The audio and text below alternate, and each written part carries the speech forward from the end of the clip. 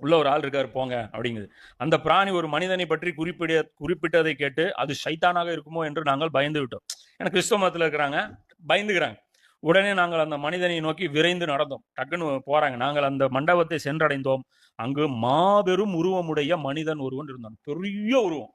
எவ்வளவு சைஸ்ன்னு தெரியல. நார்மல் மனிதன் மாதிரியே அவன் இல்ல. ஓகேவா? அங்கு மாபெரும் அவனை போன்ற ஒரு படைப்பை நாங்கள் ஒருபோதும் கண்டதில்லை. அது மாதிரி ஒரு ஆள் அவன் இருக்கான். அவன் சங்கிலியால் பிணைக்கப்பட்டிருந்தான். அவனுடைய கைகள் அவனது தோளோடு சேர்த்து வைத்து இறுக்கப்பட்டிருந்தன. சங்கிலி போட்டு கையும் அவனுடைய முழங்கால்கள் கணுக்கால்களோடு சேர்த்து சங்கிலியால் பிணைக்கப்பட்டிருந்தன. அவனிடம் நாங்கள் உனக்கு கேடுதான், நீ யார் என்று கேட்டோம். என்னை பற்றிய தகவலை நிச்சயம் நீங்கள் அறிந்து கொள்வீர்கள். முதலில் நீங்கள் யார் என்று கூறுங்கள் என்று. என்னை பத்தி நான் அப்புறமா சொல்றேன். முதல்ல நீ யாரு முதல்ல அதை சொல்லுங்க. நாங்கள் அரபு மக்கள். நாங்கள் கப்பல் ஒன்றில் கடல் பயணம் மேற்கொண்டோம்.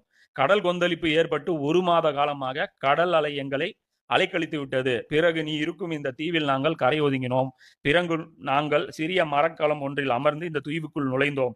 உடல் முழுவதும் முடிகள் நிறைந்த காரணத்தினால் அந்த பிராணி அப்போது உடல் முழுவதும் அடர்ந்த முடிகள் கொண்ட பிராணி ஒன்று எங்களை சந்தித்தது.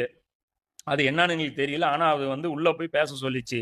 இந்த மண்டபத்தில் உள்ள நபரை போய் பேசுங்க அப்படின்னு சொல்லிச்சு. அதனால நாங்க அவங்க வந்திருக்கோம் அப்படிங்கிற அந்த டீட்டெயில அவங்க சொல்றாங்க.